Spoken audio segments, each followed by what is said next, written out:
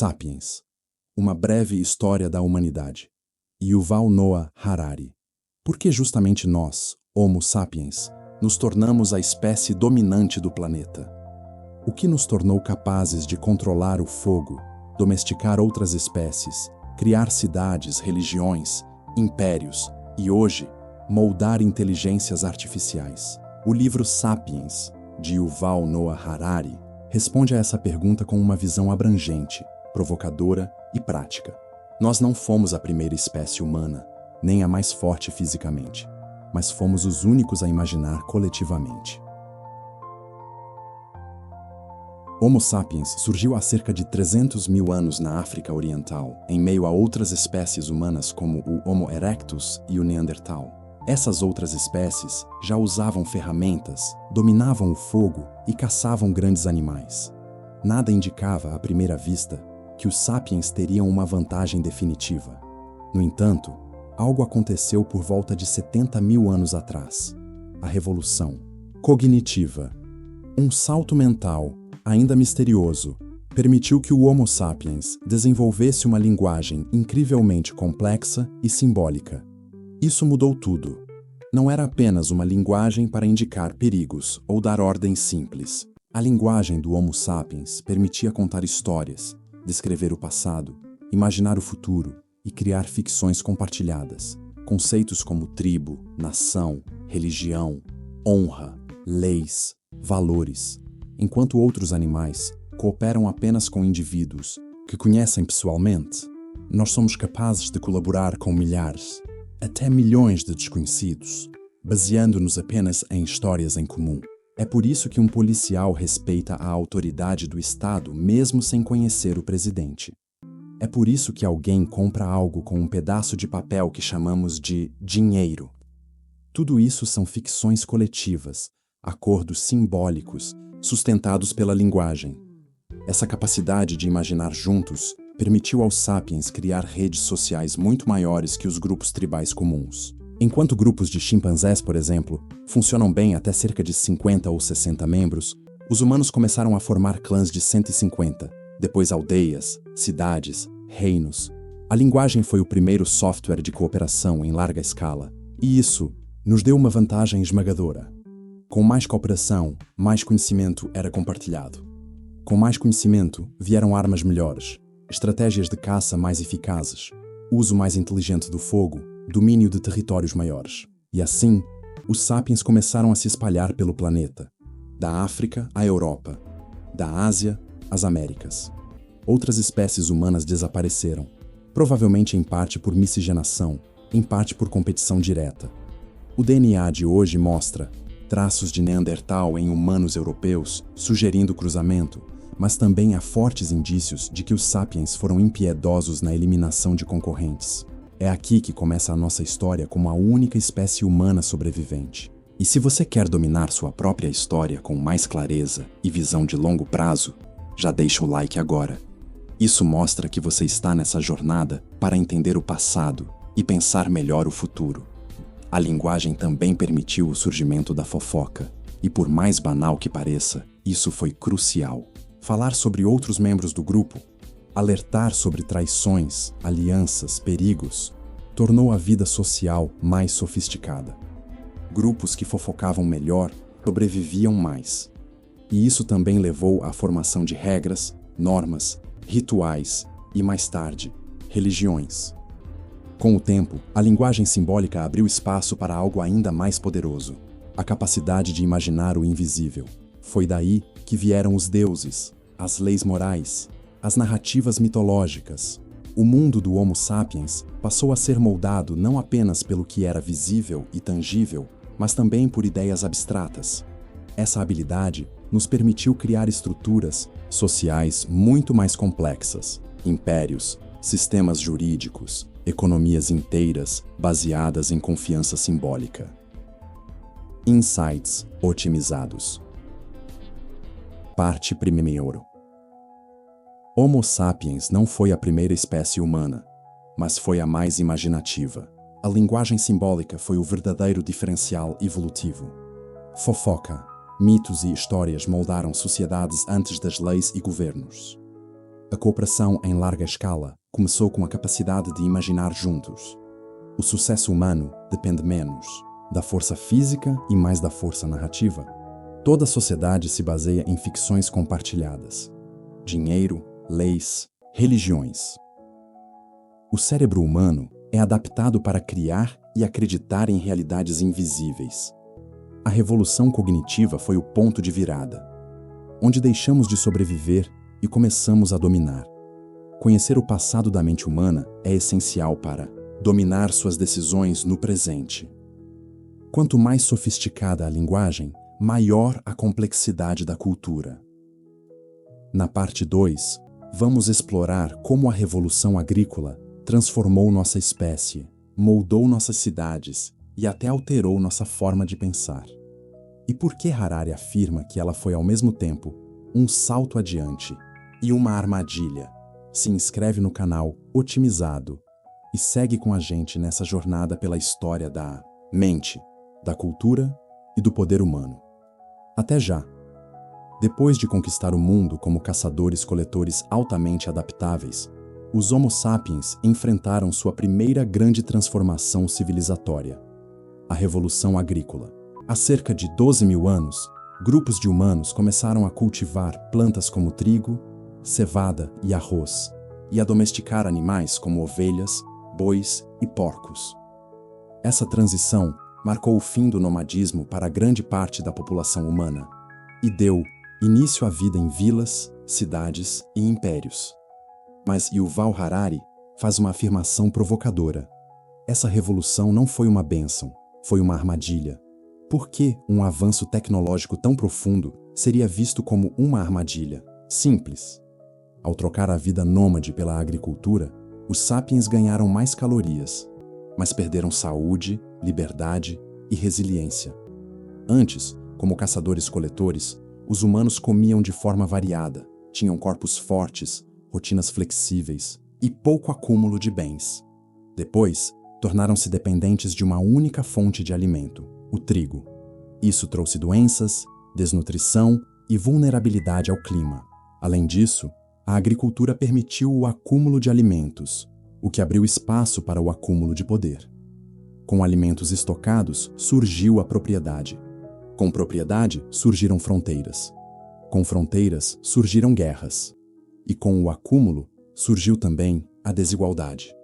A Revolução Agrícola concentrou riquezas em poucas mãos, enquanto a maioria da população se tornava camponesa, trabalhando longas horas para produzir excedentes que sustentariam elites, templos e exércitos. Foi o nascimento da pirâmide social, com reis, sacerdotes e guerreiros no topo, e camponeses na base. Harari mostra que o trigo não domesticou o homem, foi o homem que passou a servir ao trigo. Toda a vida passou a girar em torno da colheita, do controle da terra, da irrigação, da defesa de territórios. A sociedade se organizou não mais em pequenos grupos nômades igualitários, mas em grandes populações controladas por estruturas hierárquicas. Surgiram impostos, trabalho forçado, castas, escravidão. A liberdade da vida simples deu lugar à rotina da plantação e da vigilância. E para manter a ordem em populações cada vez maiores, surgiu algo ainda mais sofisticado: a burocracia, escrita, leis, contabilidade, exércitos e religiões organizadas tornaram-se ferramentas de controle. A necessidade de registrar colheitas e dívidas levou à invenção da escrita. E para manter a obediência, líderes criaram mitos religiosos que legitimavam sua autoridade. Reis passaram a dizer que governavam por ordem divina. Escravidão passou a ser justificada por design cósmico. A história da agricultura é também a história do nascimento do Estado, da desigualdade e da ideologia. Se esse novo olhar sobre o nascimento da sociedade moderna está fazendo sentido para você, fortalece essa reflexão com seu like. Assim você ajuda esse conteúdo a chegar a mais pessoas que buscam entender o mundo com mais clareza. Outro ponto essencial que Harari destaca é o crescimento populacional. A agricultura permitiu alimentar mais pessoas por metro quadrado de terra, mas isso não significou mais bem-estar individual. Pelo contrário, as pessoas viviam mais próximas, em ambientes insalubres, com maior risco de doenças infecciosas, conflitos constantes e alimentação de pior qualidade. O aumento populacional virou um ciclo vicioso. Mais gente precisava de mais comida, que exigia mais terra, que causava mais guerra, que exigia mais controle e menos liberdade. A humanidade cresceu em número, mas talvez tenha encolhido em qualidade de vida. E aqui está uma das mensagens centrais de Harari. O progresso humano não é linear, nem sempre é benéfico individualmente. Muitas das transformações que nos tornaram civilizados também nos tornaram mais submissos, mais condicionados, mais presos. O Homo sapiens não escolheu a agricultura por ser melhor, escolheu porque ela vencia no jogo da escala. Ela sustentava mais gente, criava estruturas maiores, mesmo que sacrificasse o bem-estar de quem vivia dentro dessas estruturas. Insights. Otimizados. Parte 2a. Revolução agrícola foi um marco civilizatório, mas também uma prisão invisível. Trigo domesticou o homem, não o contrário.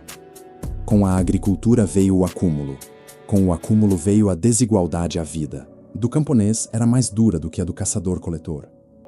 Escrita nasceu para contar colheitas e controlar dívidas. Mitos religiosos e estruturas de poder nasceram para manter a ordem. Crescimento populacional impulsionou guerras, burocracia e submissão à liberdade foi trocada pela estabilidade, mas a um custo alto. Progresso nem sempre melhora a vida individual. Ele favorece o coletivo. A civilização moderna nasceu de uma escolha forçada: alimentar mais, a qualquer custo. Na parte 3, vamos explorar o surgimento do dinheiro, das religiões organizadas e das redes imaginárias que criaram impérios, e como isso molda até hoje a forma como pensamos, compramos e nos relacionamos. Se inscreve agora no canal, otimizado para continuar essa jornada sobre a verdadeira história da mente humana e como ela criou o mundo em que vivemos. Até a próxima! Se a Revolução Agrícola permitiu o nascimento das cidades e da hierarquia, foi a invenção de sistemas simbólicos ainda mais complexos que possibilitou a construção de civilizações gigantescas. Yuval Harari destaca 2 pilares invisíveis que sustentam qualquer sociedade em larga escala: o dinheiro e as crenças compartilhadas. E ambos são essencialmente ficções, mas ficções tão poderosas que moldam o comportamento de bilhões de pessoas até hoje. Dinheiro, por exemplo, não é apenas papel, moeda ou número numa tela, é uma história. Uma narrativa de confiança mútua. Ninguém aceita uma cédula de R$100 porque ela tem valor intrínseco. Ela vale porque todos acreditam que ela vale. O dinheiro é uma ficção compartilhada que permite a troca entre pessoas que não se conhecem, que não falam a mesma língua, que não têm a mesma cultura. Ele é o sistema de confiança mais universal e eficiente que o Homo sapiens já criou. Enquanto a religião une grupos com crenças semelhantes, o dinheiro une o planeta inteiro. Cristãos, muçulmanos, ateus, chineses e europeus podem discordar de tudo, menos do valor do dinheiro. E é aí que Harari revela uma das maiores viradas da história humana: a capacidade de criar redes de cooperação baseadas em ficções. Religiões organizadas como o cristianismo, o islamismo e o hinduísmo são exemplos claros. Elas criam códigos morais, rituais, promessas de salvação. Tudo baseado em histórias que não podem ser comprovadas empiricamente, mas que são aceitas coletivamente. Isso permitiu não apenas unir populações enormes, mas justificar ações como guerras, colonizações, missões de conversão e até o controle sobre o corpo e a sexualidade. Essas crenças foram os alicerces dos impérios. Um império, para Harari, qualquer ordem política que governa múltiplas culturas diferentes sob um mesmo sistema. O Império Romano, o chinês, o persa, o otomano, todos foram sustentados por uma combinação de força militar, administração, burocrática e mitos de legitimidade. E aqui está o ponto-chave. Um império não dura apenas pela espada. ele precisa de histórias que convençam. Por isso, reis diziam ser escolhidos pelos deuses, ou representantes do céu, ou descendentes de divindades. A política sempre se misturou com a religião, porque a crença é mais poderosa do que a coerção. Se essa visão da humanidade como uma espécie que vive e morre por causa de ideias está fazendo você repensar suas certezas, já deixa o like aqui. Isso mostra que você está pronto para questionar, refletir e entender o mundo além da superfície. Harari também destaca que a evolução da cooperação em larga escala exige padronização.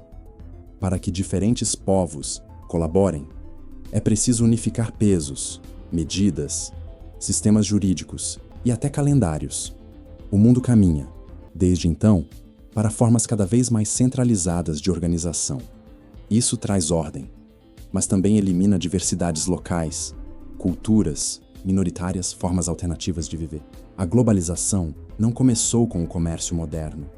Ela começou com os primeiros impérios que decidiram expandir sua narrativa para além das fronteiras tribais. E o mais impressionante, muitas dessas estruturas continuam nos governando. Hoje, a fé no capitalismo, no crescimento econômico, no valor das ações, nos contratos jurídicos, tudo isso são extensões das mesmas ficções que começaram com os deuses e com o ouro. A diferença é que agora são mediadas por instituições, algoritmos e plataformas. Mas o mecanismo psicológico é o mesmo. Acreditar em algo que não é natural, mas que se torna real, porque todos acreditam juntos. Insights otimizados. Parte 3 Dinheiro é a ficção mais poderosa da história. Uma história de confiança mútua. Religiões organizadas criaram códigos morais e legitimaram impérios. Impérios não sobrevivem apenas com armas. Eles precisam de histórias convincentes. Cooperação.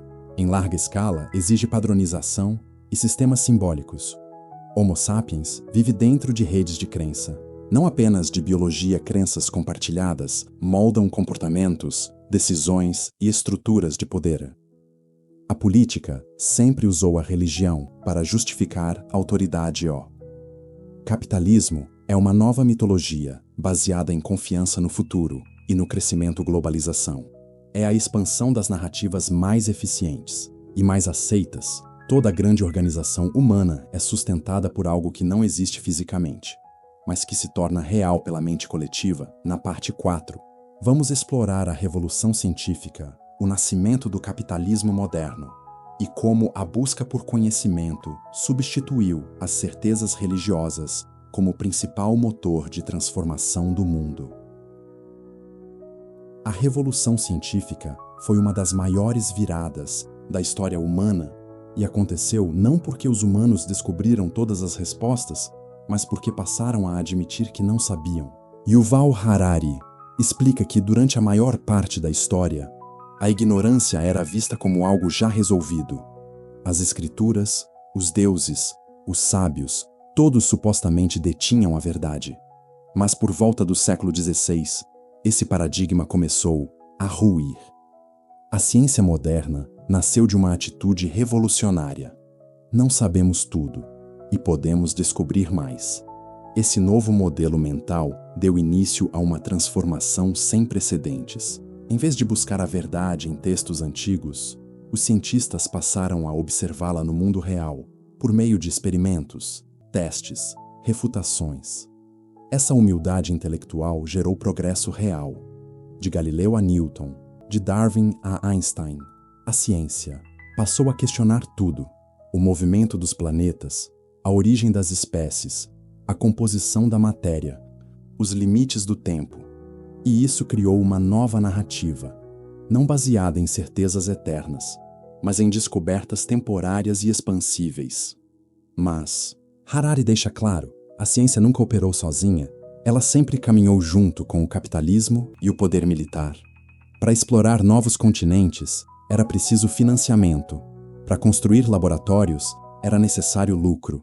Para testar tecnologias, muitas vezes se usaram guerras. A ciência fornecia o conhecimento, o capitalismo, o capital, e o Estado, a força. Juntos, esses três pilares impulsionaram a conquista europeia do mundo. E mais, geraram o sistema que ainda hoje governa nossas vidas.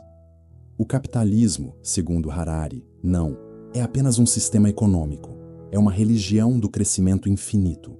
Ele acredita que o futuro será melhor do que o presente e que investir, empreender e consumir são atos virtuosos. Isso cria um ciclo de inovação contínua. Quanto mais crescimento é prometido, mais crédito é liberado. Quanto mais crédito, mais empresas surgem. Quanto mais empresas, mais tecnologia. Quanto mais tecnologia, mais crescimento. Mas isso também gera dependência. Uma economia que para de crescer entra em crise. E aqui está uma das ideias mais provocadoras do livro. A economia moderna é baseada em ficção futura. Ao contrário das sociedades antigas, que valorizavam a tradição, o mundo capitalista aposta no amanhã. Tomamos decisões, investimentos e planos com base na confiança de que o futuro vai ser mais rico, mais tecnológico, mais promissor. Sem essa fé coletiva no progresso, o sistema entra em colapso. Se entender que progresso não é uma linha reta, mas um pacto coletivo de confiança, fez sentido para você. Deixa o like agora. Isso ajuda esse conhecimento a ir mais longe e fortalecer essa comunidade que pensa diferente. Outra implicação profunda da revolução científica foi o nascimento da tecnologia como extensão do poder humano. Desde as grandes navegações até a revolução digital, a ciência ampliou os limites do que podemos fazer. Voar, curar doenças, manipular genes, dominar a energia nuclear. Mas o ponto que Harari destaca é que o poder cresceu mais rápido que a sabedoria. Sabemos construir armas que podem destruir o planeta, mas ainda lutamos para evitar conflitos banais. Desenvolvemos algoritmos que entendem nossas emoções, mas ainda somos analfabetos emocionais na vida pessoal. O avanço técnico superou o avanço ético. E por fim, o autor nos lembra: a ciência nos deu muito, mas não responde às grandes perguntas existenciais. Ela pode explicar o que somos, de onde viemos e como funcionamos, mas ainda não responde por que estamos aqui, qual o sentido da vida, ou o que fazer com o conhecimento que temos. Essas perguntas continuam nas mãos da filosofia, da espiritualidade e, talvez, de uma nova consciência que ainda estamos aprendendo a desenvolver. Insights otimizados. Parte 4A. Revolução científica começou com a admissão da ignorância. O conhecimento passou a vir da observação e da experimentação, não da tradição. Ciência, capitalismo e poder militar caminham juntos no progresso moderno. O capitalismo é uma fé no crescimento infinito e depende da crença coletiva. No futuro, investimos no amanhã como se ele fosse garantido, mesmo sem garantias. O crescimento econômico se baseia em ficções futuras, e isso funciona. A tecnologia aumentou o poder, mas não a sabedoria humana. Temos ciência para curar, mas ainda usamos ciência para destruir. O avanço técnico é maior que o avanço ético. E isso é um risco global. As perguntas mais profundas da vida continuam fora do alcance da ciência. Na parte 5, vamos encerrar com uma visão do presente e do futuro. Qual é o próximo passo da humanidade? O que é a felicidade na era da biotecnologia? E por que talvez estejamos criando uma nova espécie que já não será mais Homo sapiens? Depois de dominar o fogo, criar mitos, construir impérios, inventar o dinheiro, desenvolver ciência e remodelar o planeta, surge uma pergunta inevitável. Tudo isso nos tornou mais felizes? Essa é a reflexão com que Yuval Harari fecha Sapiens. E a resposta é desconcertante.